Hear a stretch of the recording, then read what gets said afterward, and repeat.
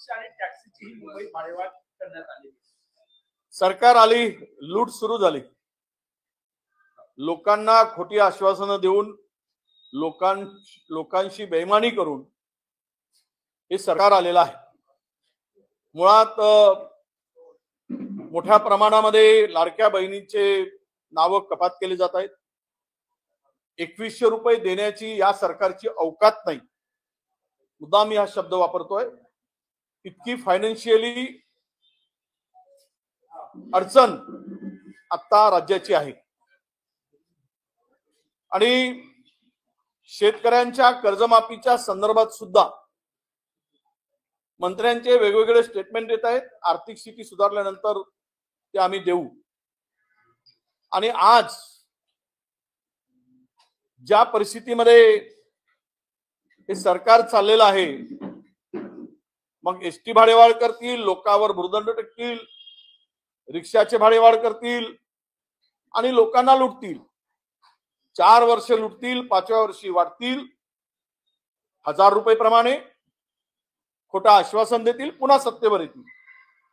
लोकांची फसगत करून आलेलं हे सरकार आहे, हे आता सिद्ध झालेलं आहे. त्यामुळे या सरकारला कुठल्याही प्रकारची मला वाटतं की लाजबीज बाळगायची आवश्यकता नाही. बिनधास्तपणे लुटा, बिनधास्तपणे वाटा आणि बिनधास्तपणे सत्ता उपभोगा. एवढंच एकच काम या सरकारचं आता शिल्लक राहिलं. अजित पवार यांनी कुठेतरी कर्जमाफीला विरोध केली असल्याची चर्चा आहे. सध्या परिस्थिती काय नाही, मी ऐकलंय त्यांचं स्टेटमेंट. ते म्हणाले की मी कुठं आश्वासन दिलं. मलिदा खाताना, सत्तेची खुर्ची उपभोगताना सगळ्यांनी एकत्र यायचं. आणि मात्र जनतेच्या, शेतकऱ्यांच्या संदर्भातला प्रश्न आला की तिथून मात्र स्वतःला बाजूला करायचं. हे प्रत्येकाच्या तीनही पक्षातील प्रमुखांचे धोरण मला दिसतोय. तिघांनी मिळून शेतकऱ्याला फसवलं, मात्र अंगावर आलं की एक एक जण बाजूला होतो आणि जबाबदारी झटकतो आहे. पण सरकार म्हणून ही सामूहिक जबाबदारी आहे. ही जबाबदारीचं भान ठेवून शेतकऱ्यांच्या संदर्भात दिलेल्या आश्वासनाची पूर्तता करावी अशी आमची मागणी. उद्धव ठाकरे यांनी सोमवारच्या दिशेने काल संकेत दिलेले आहे की मुंबई महानगरपालिका आनंद आहे, ते वारंवार होत आहे. शेवट आपण आनंदच म्हटलं पाहिजे. आम्ही आमचे प्रयत्न करू. आघाडी असावी, आघाडी टिकावी, आघाडीने एकत्र यावं. पण त्यांनी जर भूमिका स्वीकारली असेल तर त्याला कुठला इलाज आहे. ज्यांनी त्यांनी स्वतंत्र विचारधारा, स्वतंत्र पक्ष आहे. आम्ही आपल्या पद्धतीने लढू. कदाचित त्यांच्या भूमिकेच्या संदर्भात अद्याप कुठली स्पष्टता नाही किंवा तशी हायकमांड बरोबर आमची चर्चा सुद्धा झालेली नाही. प्रहारचे बच्चू कडू यांनी पुन्हा दावा केलेला की शरद पवार आणि उद्धव ठाकरे भाजप सोबत एनडीए सोबत जाणार नाही. तर काय त्यांच्या दाव्यामध्ये तथ्य आहे, हे आहे ते आता मी आज बोलण्यात अर्थ नाही. कोण कुठे जातोय, पवार साहेब आता याच्यामध्ये जातील असा आम्हाला विश्वास अजिबात वाटत नाही. आता बच्चू कडूंकडे काही अतिरिक्त माहिती असेल तर मला माहित नाही. त्यांची भाजपाने त्यांचा वापर कसा केला हे त्यांना माहित आहे. वापरून कसं फेकलंय आणि त्यांची स्थिती काय करून ठेवली, त्यांना पाडण्यामध्ये किती कौशल्य दाखवलं हे त्या बच्चू कडूंना माहित आहे. त्यामुळं इतरांच्या संदर्भात अनुभव त्या दोघांनाही त्यांनी कथन करावा की माझी फसगत झाली, तुम्ही थांबा, असं तरी सांगावं. काँग्रेसचे प्रदेशाध्यक्ष कधीपर्यंत घोषित होती, काही आता एकीकडे सोबळाचा नारा टाकले देत आहे, काँग्रेसला पण एक नेतृत्वाची गरज आहे ना. आता सध्या तरी आमच्याकडे नेतृत्व आहे नाना पटोलेंच्याकडे. आमच्याकडे रिक्त पद कुठे आहेत, त्यांनी तो राजीनामा देऊ केलाय. प्रदेशाध्यक्ष अजूनही त्या पदावर ते काम करतायत, बैठका घेत आहेत, पत्रकार परिषद घेत आहेत. त्यामुळे पद नाही असं म्हणता येत नाही.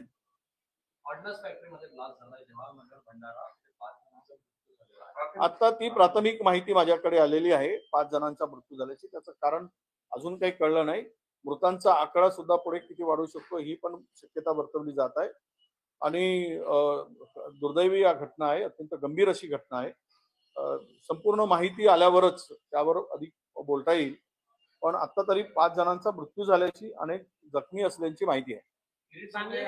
नागपूरमध्ये आता आले, ते आपल्याला गेले होते, आता यवतमाळमध्ये गेले. गिरीश सोमय्यांचं म्हणणं आहे काँग्रेस सरकारचं ते पाप आहे आणि त्यांनी नाव घेऊन सांगितलं काँग्रेस, एमआयएम आणि काही जे पक्ष आहेत त्या पक्षांच्या नेत्यांनी जाणून बोलून बांगलादेशी मुस्लिमांना पत्र, आधार कार्ड दिले आणि त्यामुळे ते नागरिक झाले. नाही, आम्ही त्यांना फार महत्व देत नाही त्यांच्या स्टेटमेंटला. ते आहेत कुठे, एकूण त्याच्या स्टेटमेंटचं काय होतं, ते बोलल्यानंतर त्याचं गांभीर्य काय, हे महाराष्ट्राने पाहिलं आहे. त्यामुळे अशांना गांभीर्याने घेण्याची मला आवश्यकता वाटत नाही. काल उद्धव ठाकरेंनी बैठक घेतली, त्याच्यात फडणवीसांवर टीका करण्याचं टाळलं आहे, काय सांगणार? नाही, ते अमित शहाचा बदला घेण्याची भूमिका मांडली ना. आता त्यांच्या मनात काय आहे मला माहित नाही, पण ते अमित शहाच्या संदर्भात हमको चुन चुन के वगैरे बदला लेना आहे. तर मला वाटतं की असं तर होत नाही. भाजपच्या एका नेत्यांच्या विरुद्ध बोलायचं, कडक दुसऱ्या नेत्यांच्या विरुद्ध बोललं नाही म्हणून काहीतरी चुकीचा अर्थ काढायचा, यामध्ये काही तथ्य वाटत नाही. मुंबई हायकोर्टाने लाऊडस्पीकरवर मशिदींचा जो लाऊडस्पीकर लावले जातात त्यावर बंधन कमी करावं आणि तिथल्या नागरिकांनी तक्रार केली तर पोलिसांनी त्यावर दखल घ्यावी असा निर्णय दिला, काय सांगणार? आणि सरकारचं मुळातलं धोरणच आहे ते. आता मुंबई कॉर्पोरेशनला म्हणण्यापेक्षा सरकारचं धोरणच मुळात असं आहे की हिंदू मुस्लिम करा. आता पाहतोय आम्ही सैफ अली खानवर झालेल्या हमल्यानंतर निरुपमा आणि राणेंनी जे काही स्टेटमेंट केलं, इतकं बालिशपणाचं होतं, म्हणजे पोरकटपणाचं लक्षण आहे की एखाद्यावर हमला होतो, तो बांगलादेशी असतो आणि काय काय त्याच्या संदर्भात ते स्टेटमेंट आलं. हे काही प्रगल्भ राजकारण्यांचं असं स्टेटमेंट येऊ शकत नाही. त्यांना पोलरायझेशन मध्ये यश मिळतो आहे, मतांची पोळी भाजून मृतकांच्या टाळूवरील लोणी खाण्यामध्ये आनंद मिळतोय, असुरी आनंद. त्यामुळं अशा प्रकारची भूमिका त्यांची नेहमी राहिलेली आहे. या देशामध्ये विभाजन करून इंग्रजांच्या नीतीप्रमाणे राज्य करण्याची भूमिका आता भाजपने स्वीकारली आहे. त्यामुळे दोन धर्मात दोन जातीत तेढ निर्माण केल्याशिवाय यांना यश मिळूच शकत नाही, हे स्पष्ट आहे. सर, उद्धव ठाकरे अकेले चुनाव लड़ने की बात कर रहे हैं। नहीं, चुनाव अकेले लड़ने की जो बात कर रहे थे तो अभी उनकी बात चल रही है. हम अभी अंतिम निर्णय तक हुए नहीं. उनके एक स्टेटमेंट से कोई फैसला हुआ है, इसको लेकर बात करने की आवश्यकता नहीं है. हम लोग अपने हाईकमान से कोई आदेश आता है तो हम लोग उसके बारे में इंतजार भी कर रहे हैं. सवाल यही आता है कि उद्धव जी अगर अलग लड़ना चाहते हैं तो उनको कोई रोकने का सवाल नहीं, पर हमारी कोशिश रहेगी हमारी आघाड़ी बनकर ये सब चुनाव को सामने जाए, लोकल बॉडी चुनाव को. ये हमारी भूमिका है. कांग्रेस अध्यक्ष के बारे में चेंज होने दो. चेंज देखो, चेंज होगा. जो कोई अपॉइंटमेंट होती है पहले दिन से ऐसे बातें फैले जाती है, ये कल बदलने वाला है, परसों बदलने वाला है. आज तो नाना पटोले उस पद पर आसीन है. वो काम उनके मदर का डेथ होने के बाद में कुछ समय वो गांव में थे, अभी फिर से उन्होंने काम शुरू किया है. तो हमें लगता है कि अभी जो निर्णय फैसला होगा वो हाईकमान जल्दी करेगी.